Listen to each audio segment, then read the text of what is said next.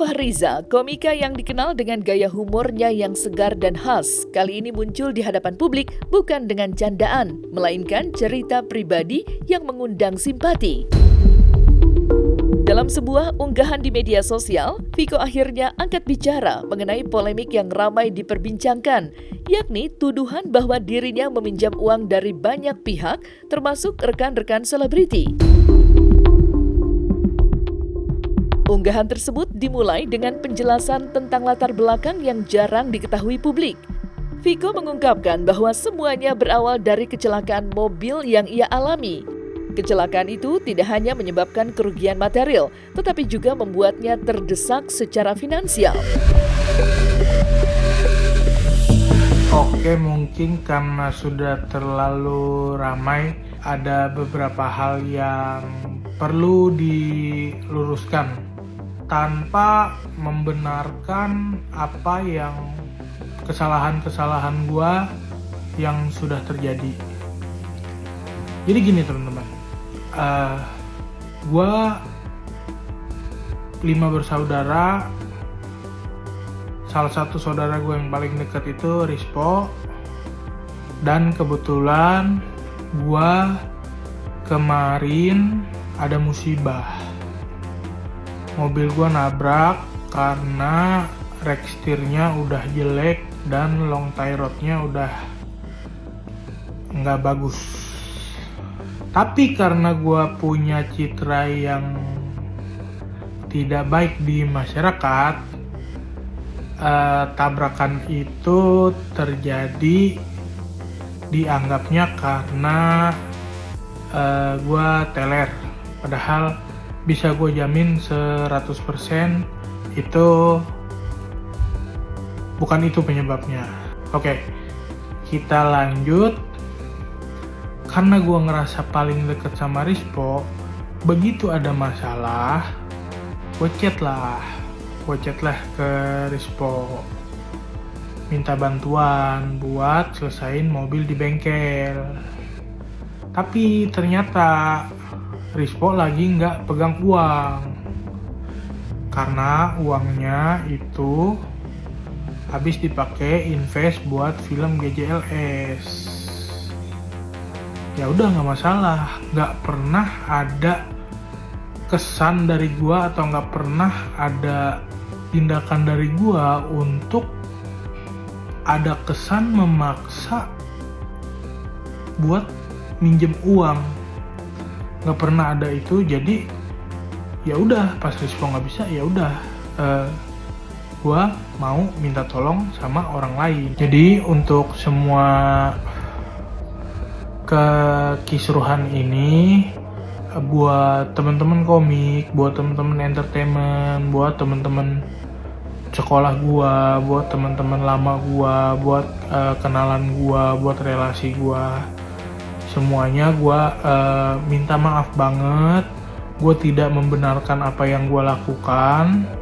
Gua cuma mau mencoba menjelaskan supaya ini bisa dilihat sebagai cover both side gitu.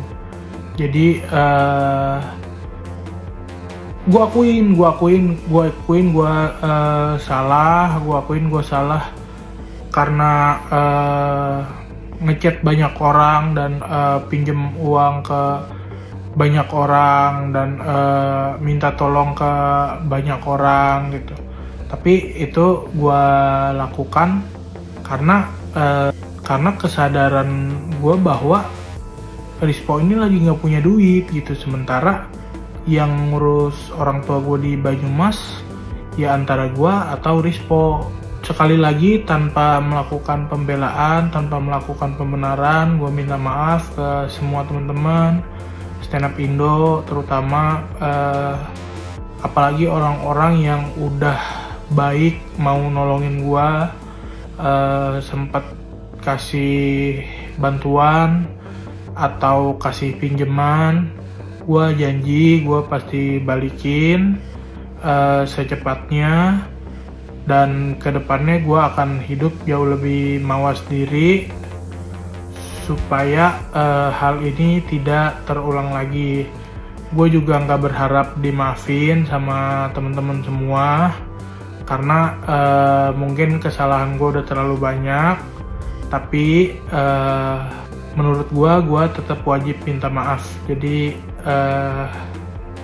semoga teman-teman semua sehat selalu, tidak sampai mengalami masalah yang berat, atau kalau sedang mengalami masalah yang berat, masalahnya cepat selesai dan tidak perlu ada drama yang tidak seharusnya terjadi.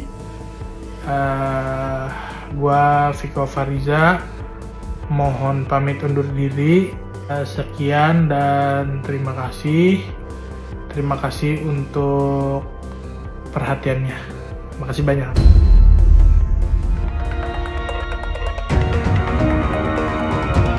Sementara itu, kabar tentang sejumlah artis yang memberikan pinjaman kepada Viko Fahriza semakin ramai diperbincangkan.